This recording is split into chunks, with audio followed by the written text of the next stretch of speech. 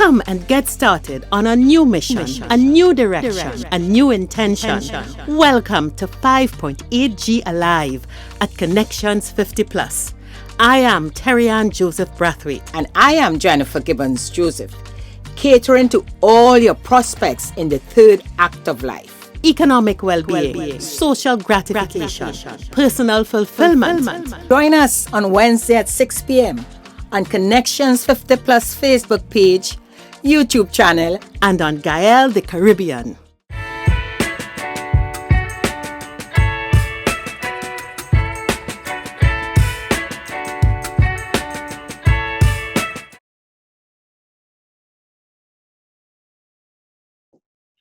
Hello, everybody. This is Connections 50 Plus Wednesday Live. I'm Terry-Ann Joseph Brathwaite. And I am Jennifer Gibbons Joseph. And we welcome you this evening. And you will be seeing right now, you're watching three very handsome gentlemen staring at you. And they happen to be our guests this evening. It's all about the men, Terry-Ann. Yep, we've been talking about this 5.8G self and the fact that we're coming off the second stage. And, you know, we ended last week's show talking about, but first, Jennifer, we have to welcome everybody. We're so excited about the men. We forget to welcome everybody. This is a delayed broadcast. And I want to welcome our usual Facebook crowd. And a special welcome. Forget the person you're seeing down on the lower end. It's our friends of the Caribbean through Gael, the channel. That's a Jen. Oh, yes. So we're going to start by, first of all, we're going to allow the men to introduce themselves. And you know what? Terry and I are going to be just stepping aside because this is all about them. So, as a start, and Errol, of course, will start off the program, and then we would ask Nigel and Andrew to introduce themselves and to chat a bit about how they interpret that 5.8G self. Right, Errol? Just right. Well, good evening, everyone. It's great to be here in Connections 50 Plus weekly show, weekly broadcast. My name is Errol. And I will tell you, it's amazing. My eldest brother's name is Andrew, and my youngest brother's name is Nigel. So I'm very comfortable here with Andrew and Nigel. How are you going, fellas? Very good, thank you. All is good. Better and better all the time. Good. So who am I? What do? I am so many things, and I do so many things. But more than anything else, I'm a father and a husband.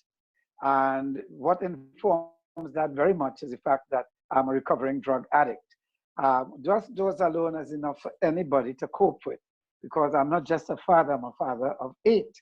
But on top of that, I work in television as a producer, director, presenter. I operate the television station and work in technical areas also, on cameras and editing and switching. I'm a stand-up comedian when I'm standing up and when people are assembling, but these days there's no assembling, so there's no stand-up comedy.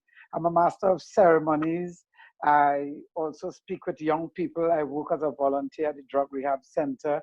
I go throughout the region, assisting different NGOs who are dealing with substance abuse and rehab centers in the region, in Barbados in particular.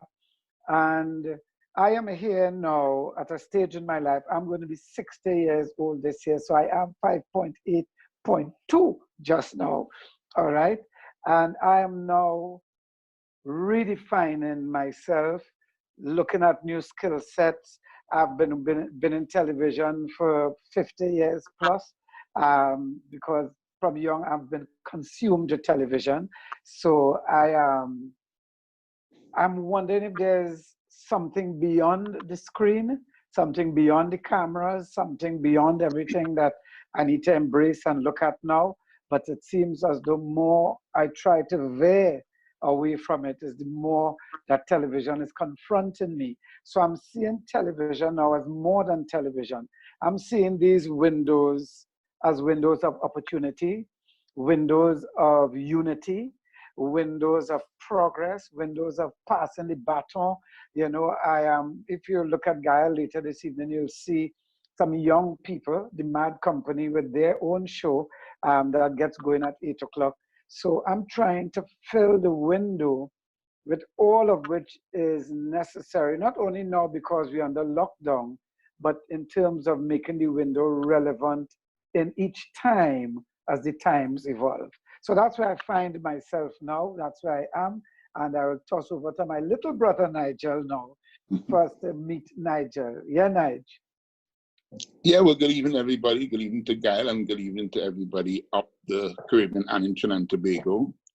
My name's Nigel, as I said, not his younger brother, but still younger though. I am actually 30 with 25 years experience. So I'll be 55 in a couple of weeks, and married 26 years together with my wife.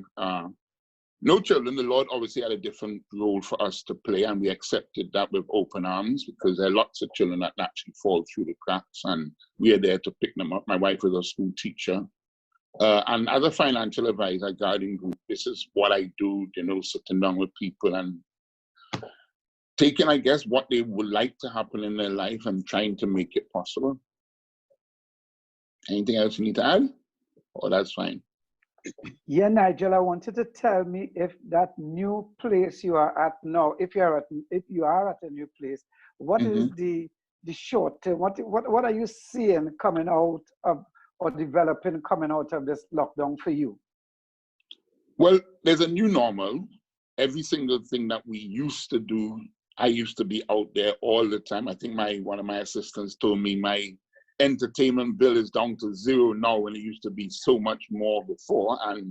But my wife is making use of that extra money anyhow. So I still don't see it there. But the new normal, the paradigm has shifted, and what we used to think was important now is not really that important when you look at it, when you put it in perspective now.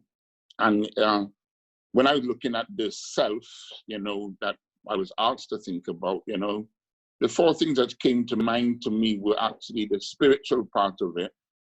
The life to me is very simple now, because there's nothing you can do that's complicated. So the E was the easy. Nothing in this world happens without the love to make it go around. So it's loving. And the last part was fulfilling. So that was what self meant to me. Okay. Andrew, time for us to meet you, Andrew. Do lean a little closer and tell us about you. All right, Andrew Welch. I run a tourism business now, but well, I married 2 children, married 30 somebody years now. I'm 29 years old, but married 33 years now. I am involved in tourism, and well, as you know, tourism is totally shut down now. But in speaking to Jennifer, I was telling her that I wanted to take a slightly different approach this evening by sharing something additional. You mentioned about addiction. In my situation, I discovered from a little boy, I had a partner walking around with me. And that partner lives with you for life. And many of us walk with our partner, and we don't know that that partner is walking with us. And as a partner, who everything you do, you're real good at stuff. You could do anything. But that partner that's coming to sabotage a lot of it.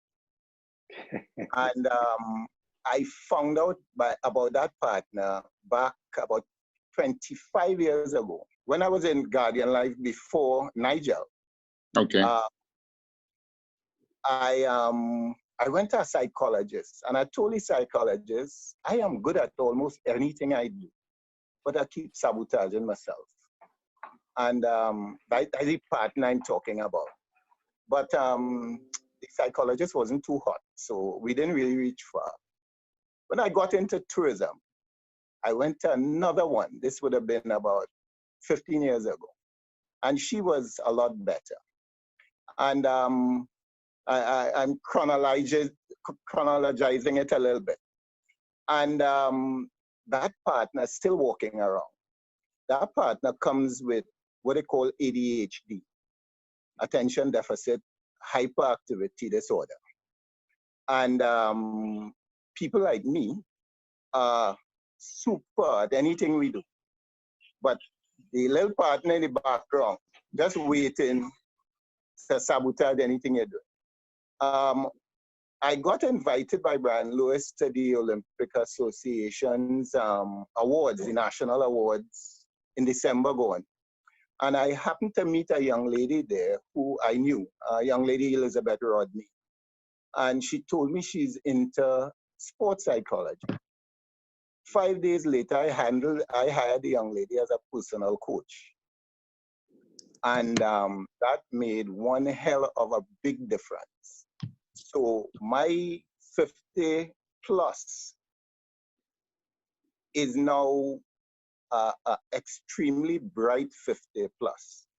So much so, well, my wife is taking care of my mother-in-law, so she and my younger son abandoned me, and my older son lives on his own, and I am taking care of plants, cleaning house, doing all kind of things that I could never do before. In addition to working on a second edition of a book that I published. So that's the direction I want to take my 50 plus. A few things happened to me. One, God, of course. Two, my wife. Three, the lady who runs my business, Christine Basanta. And four, the young lady who just came into my life, Elizabeth Rodney, the psychologist.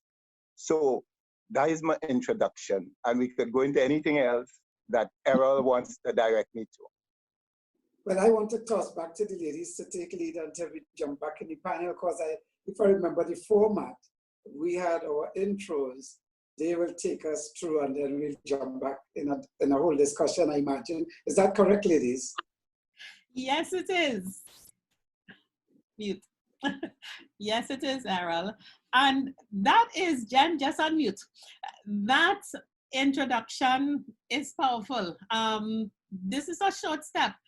I want to ask 3 questions. You are 3 extraordinary men who I think don't fit you look like normal men, but one is, yeah, you look like normal men, but Nigel, you are married, going on to the future, no children, but taking on the responsibility of children. Andrew, you openly have accepted help, therapeutic help. You've gone to a psychologist, you've gone to a coach, and you are acknowledging the support. And Errol, you are the poster for realize what has happened and start a new self.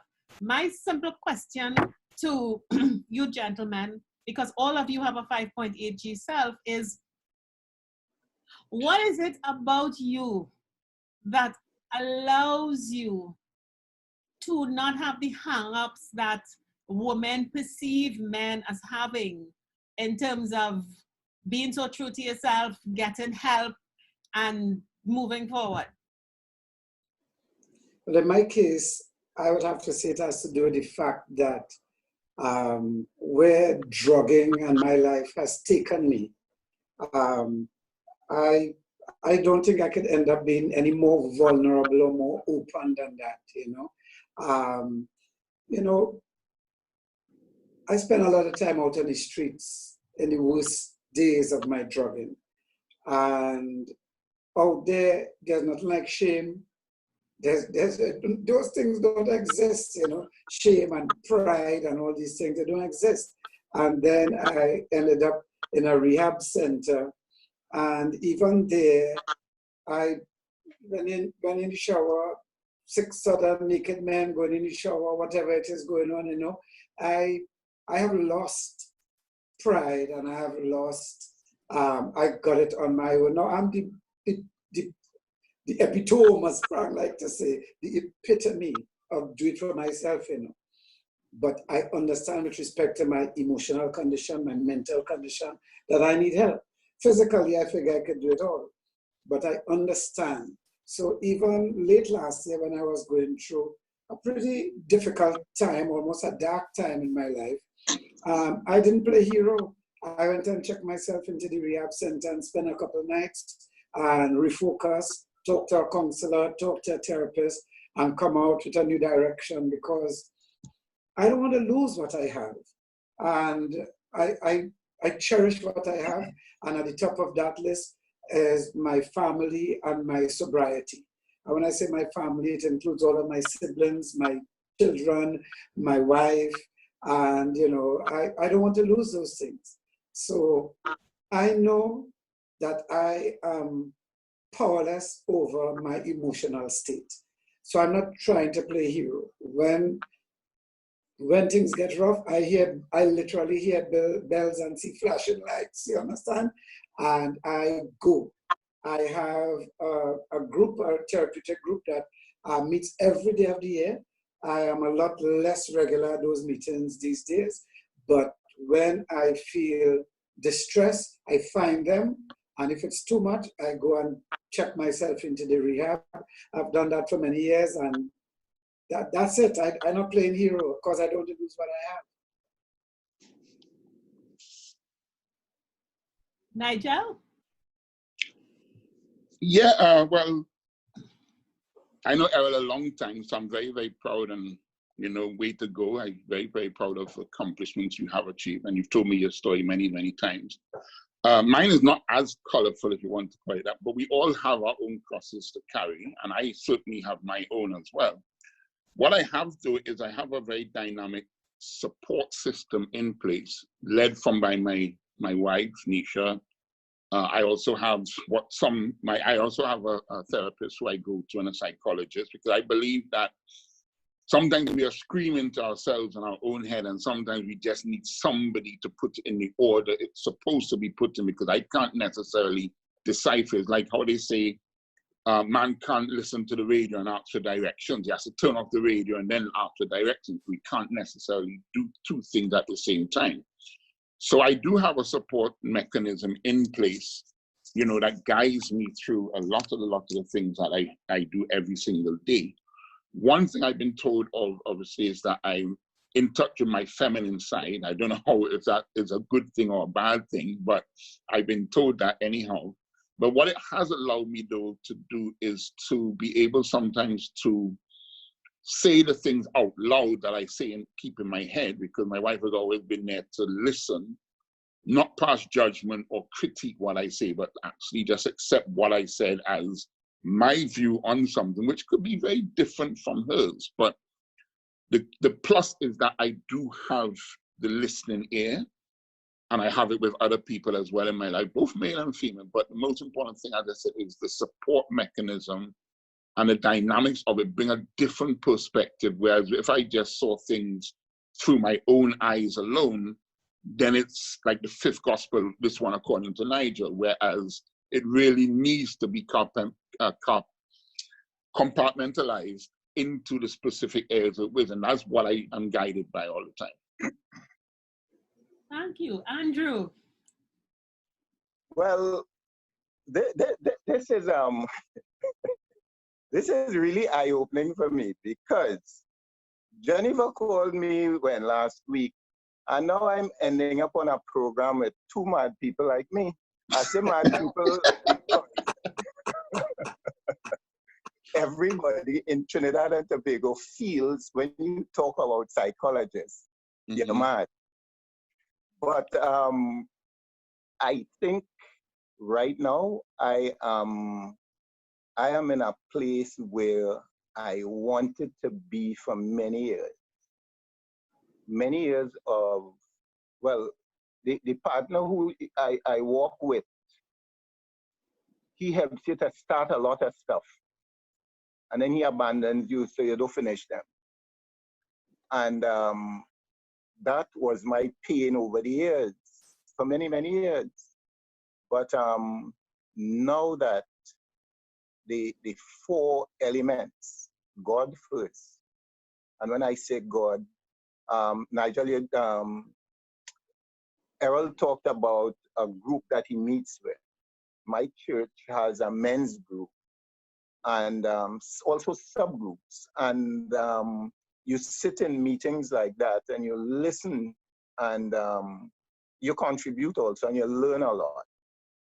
And a lot of what comes up and a lot of the things that we discuss are things that I have been going through or am going through. And the support group mechanism that I have now, well, my wife was always there.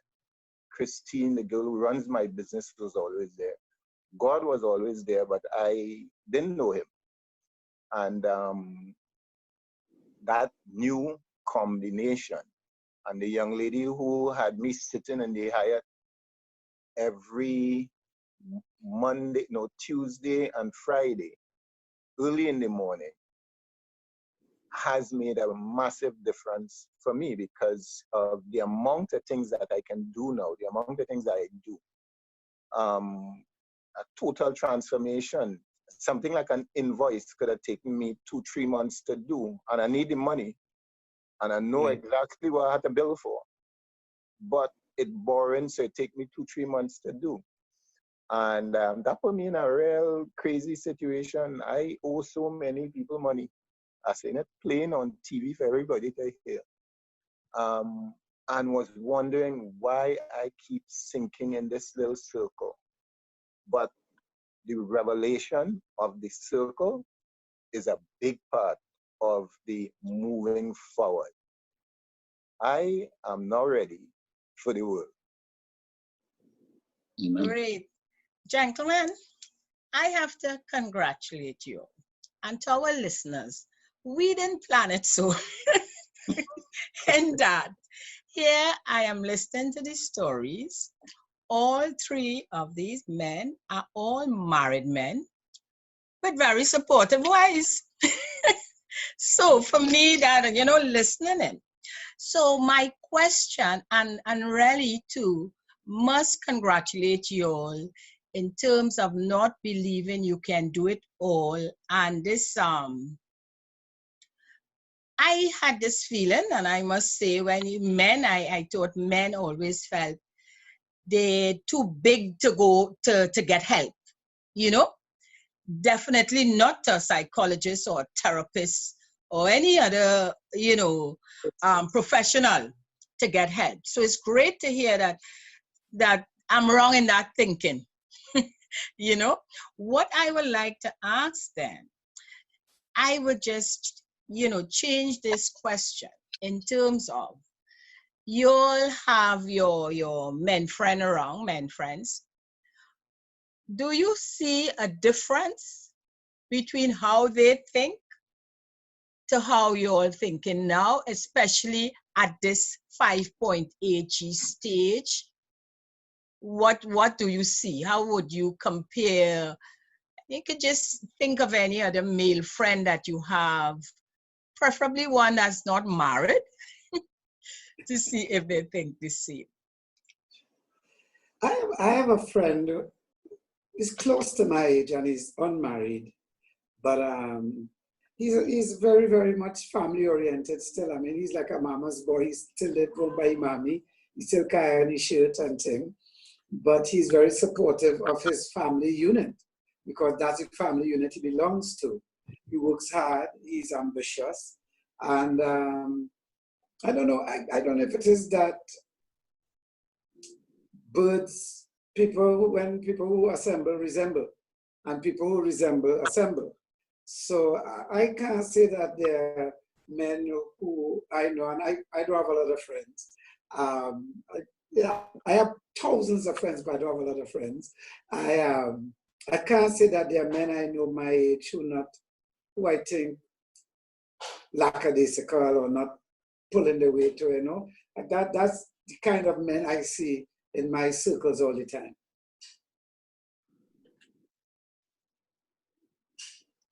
Nigel. Oh, okay, sorry. Yeah, no, I agree. I do have, as I said, most of the time, the line that, or the people I line with now are mostly married men. I do have some times where I try to find my youth again. So I go out with some single younger men, and most of the time all their focus is on single young women, which is not necessarily my focus, right? But the language and the support, and we're going down, we're doing things similar. I find that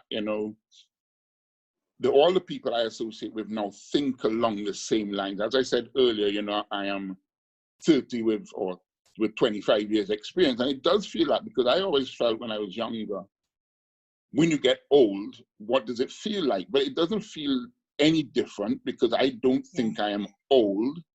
All that matters is that I'm actually finding myself, whereas before, I could not put my deck of cards into the order it was supposed to be. It was all over the place. A jack would pop out here and an ace would come there.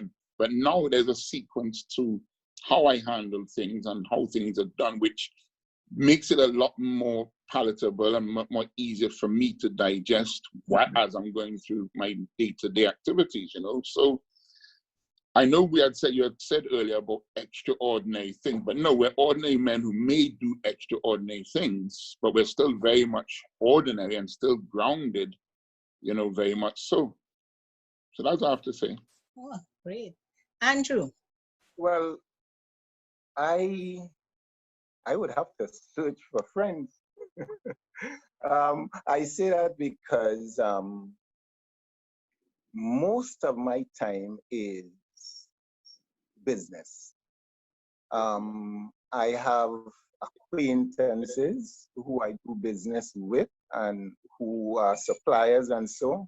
Hanging out.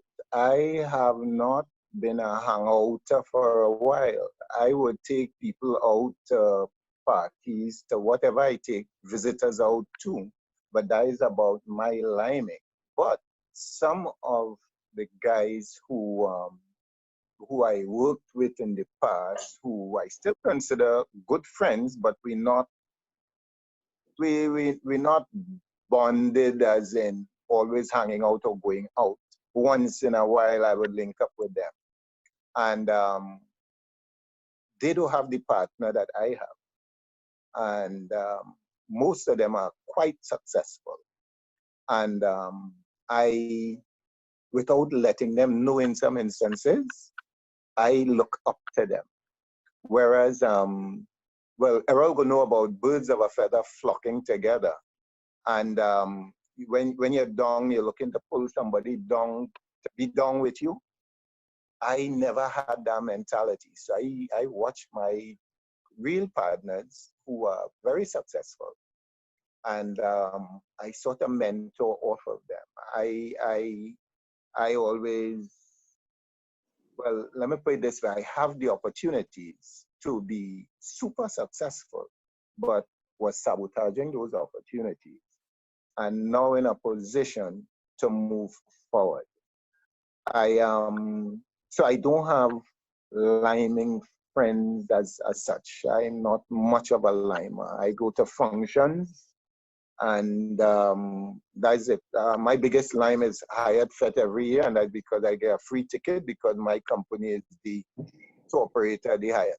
That is my line, full stop. Gentlemen, last week we were, when we were ending the show, and I'm looking at time, and I know that some of us have some commitments. We made the point, this whole discussion that we're talking about, this 5.8G self, this transition from life when you were 20 to 50, and life now when you're 50 to 80. And John and I started Connections 50 Plus because we recognize there is something fundamentally different. There is you've been there, you've done that, and at this time, you really can be very true to yourself. And I'm hearing a lot of that reflected in your comments and so on. We wanted to have this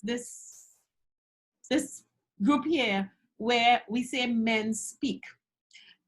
Asking a question on behalf of women and answering please as men, can't do anything else. Do you see a transition at this time? I say that because there is a load of responsibility on men to be providers, to continue being what, no matter where the woman goes and what the woman does. But men have to consistently, as well as you performed in the second act, you better continue performing in the third act. Okay? Do men need a break? Do men make a transition? Is there a third act for men that they would like to ditch some of the load from the second act, but there may be pressure to not do that ditching? Or do you ditch regardless? Yes, Errol? Men do not have the luxury of ditching anything. In the third act, I find as though more is added on, as though more, and what the third act has been for me is being able to get rid of some of my hang-ups and just, let me tell you, for me, when I'm out, I perform. This is when we used to be out. When I'm out, I perform. When I'm on stage, I am myself. And when I'm home, I am nobody. And coming to terms with those roles is what made my life a lot easier. I'm recently married. I'm not even married a year yet, right? Next month I'll be married a year. But the sense of having to provide, the sense of having to protect, the sense of having to praise, the sense of having to do all of these things and try to have those things done for me also, because it's difficult. I don't know to sit down and wait for things to come to me. I get up and I go and I do. This thing start, I done put on thing in the yard already, I have some pacture and let us put on and looking to put on some more things, because my earning capacity has been severely diminished. But I still have to feed my family. I still have to feel like a man. I still need to feel like I'm a provider. I still need to feel like I'm a protector. It's something that is etched into my molecular structures. I don't know how to get rid of that. I don't know how to goof off. I've never goofed off in 33 years. I just keep going and doing and looking for what more I can do and get and put together, gather. I need to gather things and have things there because I'm a man. Thank you, Errol. Nigel? Yeah, I agree that men don't get time off at all, because I still have to get up and do, I don't know, I'm still old school. My father taught me the fundamentals of what it meant to be a man, which is to provide for your wife. Yes, women burn the bra and they want to be independent, but I think women prefer to be interdependent. So they have their own separation, but they're still, part of the whole nucleus of the family. But I still take my responsibility very, very seriously, which is to provide a roof over my wife's head and food and clothing and those things. What has happened between the 5.8G to me is that I always looked at life in every 5 years, and I also looked at it as a journey up one side of the hill and down the other side. And now that I am 55 in a couple of weeks, I'm on the way on the descent on the other side of the hill. So what I do now would determine how fast I go down the other side of the hill. And I recently lost some very, very close friends, and not that they were doing anything wrong, but it's just that, when you're younger, you don't know anybody who dies from anything, but they were dying. It's just that you didn't know them. It's now that you get older, you say, wait, everybody, you're in the age now, and being in financial services, being in insurance and things, it is very raw and it's very real to me. And with all this that's happening around the world now, it's bringing it to the forefront again. And it's scaring a lot of people. Everybody coughing and it's immediately COVID, but they had Sahara dust. They have so many different things around, but we always think of one thing. But what it has done from transitioning to me is put the clarity. So, you might have had 10 ways to do something before while you were going through the life stages. But now I zoomed in on one, and it's the one you put all of your resources behind the one now rather than all of the resources behind 5 different things. So the clarity is what's most important to me. I know where I am heading. I know if you don't know where you're going, any path is going to take you, but I know exactly where I'm going. And Nisha has always been there to keep me grounded, to keep me focused on what the achievement is. It's never been anything materialistic to me, because you can take away, like they've taken away so many things from us now, and you still feel fulfilled and contented. So what you realize is more important is to, I think I summed it up before, when I travel the world, you don't ever remember what people say to you, but you remember how you felt. And when you go, as I'm going through life now and this stage of my life, the memories of what I'm treasuring more and how I'm feeling about them. So this is just bringing a lot more clarity to my life as I go towards my twilight years or my the golden years, you know, but it is how I feel. And I'm very, very happy. As I said, I have my support mechanisms. I was told, you know, it's a 20 slice pizza, but I'm down to a personal pizza now. So it's only 4 pillars in my life rather than 20 that pulling me all around the place. So that is where the clarity lies. And that's where I am very, very happy and contented. And I can see clearly now exactly where I'm going. And you may get little bumps in the road just like any other journey, but I don't lose sight of the end in mind at all. Thank you, Nigel. And No Andrew. problem. Well, I am very comfortable and looking forward to massive things. Tourism has totally crashed, and whereas most tourism people might be holding their head and ball, I'm not. I look at my journey as one where I spent, I will say, 57 years scrambling about, doing things, getting things, achieving things, losing things, successful in many of the things I'm doing, but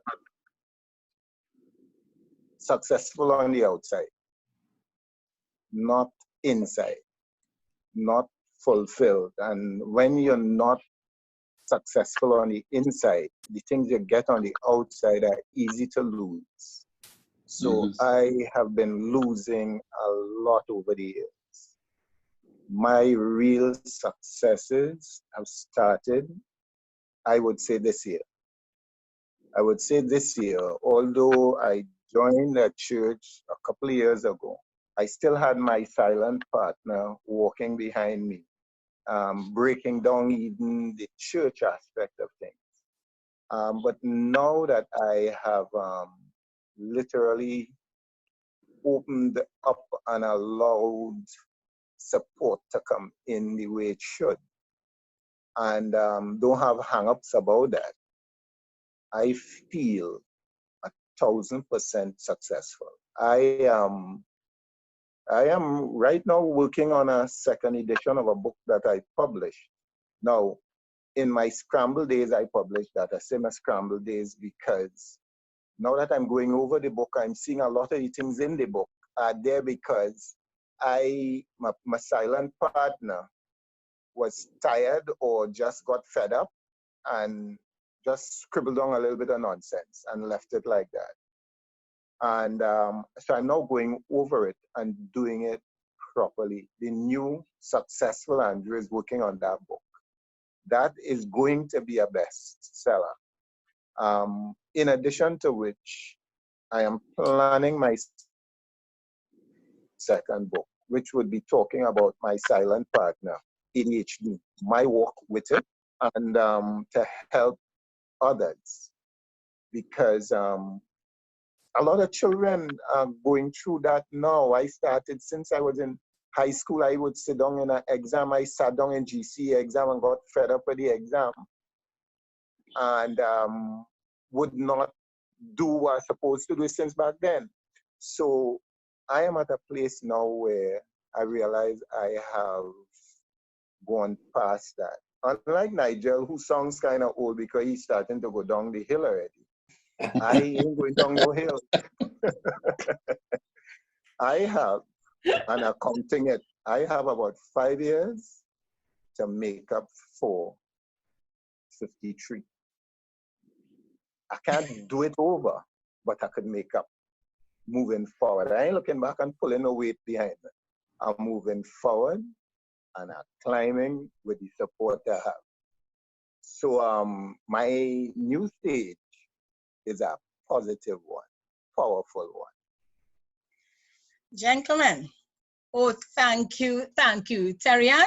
Wow, thank you. If I don't know about you, but before somewhere along the line, I shortchange these men. I shortchange our men. But after this discussion and this conversation, let me tell you, you all have get full points, total respect. And I am representing a lot of women out there. Yes, this is great. What I've heard from you all, and we just winding up our conversation here for this evening. What I have heard is really so encouraging, especially as a woman, as a mother out there. And I am right now 5.8G single again. But it's very, very reassuring to hear you all men speak. What I like a lot, what I really loved hearing was the fact that you all, see the benefit of reaching out, of support. And at the 5.8G stage of really not looking back, but looking forward, really taking your responsibilities very seriously. Doing what you have to do, very supportive with your families, understanding, and not just immediate family, as Nigel said in his case, to reaching out to others who need help, especially the younger ones. And what it looked like to me is that 5.8G stage for men, they don't get that break to really sit back. We about, when we said 5.8G self, especially looking at the woman, our first thing is listen. We have to sit back, relax, go within, and come back out and decide, okay, we're ready now. From what I've heard from you all, we are not allowing you all this. You're going continuous. It's a continuous journey. So I just want at this stage to say, thank you. Of course, this is not the end. Last week we said, okay, we have to bring on men. We had requests from many women telling us we need to hear from the men because it will help us understand them better and probably give a little more support. Okay, so it is great. This is something that we're going to be continuing. And Terian, I don't know if you all have any closing remarks as we close off. Yes, please. Yeah, close. I just want to say thank you very much for having us all. I wish we have more time and could get into more detail about these things and more on the emotional level, because I know that psychiatrists and therapists and counselors didn't go and spend the money to study to come back and sit down. I know that when my hand breaks, I have a doctor for that. And when I'm not feeling good, there's professional help for that too. So it's good to be here and looking forward to more such talk. Fellas, we have to meet, Yeah, I agree. Yes, Nigel. No, I agree very much. I very much enjoyed this. I'm not alone in this, and this is what is important to me. Whereas I might go and see somebody by myself, it's good for men like Errol and Andrew, as well as others, and women to know that men do need the help and the listening ear as well. So it's not just about being macho. There is a different side of us that needs the support as well. And sometimes when we snap, it comes out in the wrong perspective sometimes, but it's just sometimes us screaming out for help, just like women scream out for help. We might do it in a macho scream, but it's still a scream. So I encourage you all to keep going with this. I want to be part of this journey again, because now that we're all locked down, we need to have some avenue to talk, and this is a very good avenue. So thank you very much. And Andrew? Yes, well, this is the start for me of sharing this kind of thing. It's quite fortuitous that Jennifer called me when she did, because my big aim was, as soon as I finished my tourism book, I was starting the next one. And the reason why I was starting it is because I know there are plenty of people like me out there, but the difference is they haven't sought the help or the support, and people just look at you as a failure. They look at so many people as failures. Half of the vagrants walking for the Spain, they're walking for the Spain because they didn't have that support. They didn't know what to do. They had a problem and they didn't know what to do. How do I get out of this? And there was nobody to guide them. That's part of my role now, helping and guiding. Thank you so much, Terry. And before you close off, I just want to say this to our viewers, and Nigel could back me up on this too, that moving forward, the Connections 50 Plus, we're going to be continuing with Men Meetup. So we're going to be having some of these live chats, but also listen out for us. We're going to be sending out, letting you know when we're having these special transition coaching group sessions for men. And I mentioned Nigel because Nigel, you don't have to say anything now, but Nigel has been a participant in one of our, men group. So we can let you know more about that. So I just want to say that, Terry-Ann. So that is the Connections 50 Plus Transition Coaching Small Group Session for Men. Okay? So Terry-Ann, I'll leave you to close up at this. This has been fantastic. All of our viewers, our Gael family up the Caribbean, Errol in our little group now. You have another Errol outside who, but for the Gael family up the Caribbean, we really, really do enjoy having you as part of us. And we can't wait to reach out and get there to our regular Facebook audience. And to the gentlemen out there, Connections 50 Plus is an open grouping. And we do try to have the views of everyone. This afternoon was beyond Jennifer and my wildest expectations, and this conversation is going to continue. So, bye-bye. See you all. Have a wonderful time, and we will meet again next Wednesday, 6 o'clock. 50 Plus Tribe, and follow us from Trinidad and Tobago and the Caribbean. Thank you for joining us on this Connections 50 Plus 5.8G Alive show. We hope you enjoyed the lively conversation and look forward to seeing you next week. Don't forget to like our Facebook page and subscribe to our YouTube channel. We really love getting your feedback. Bye for now.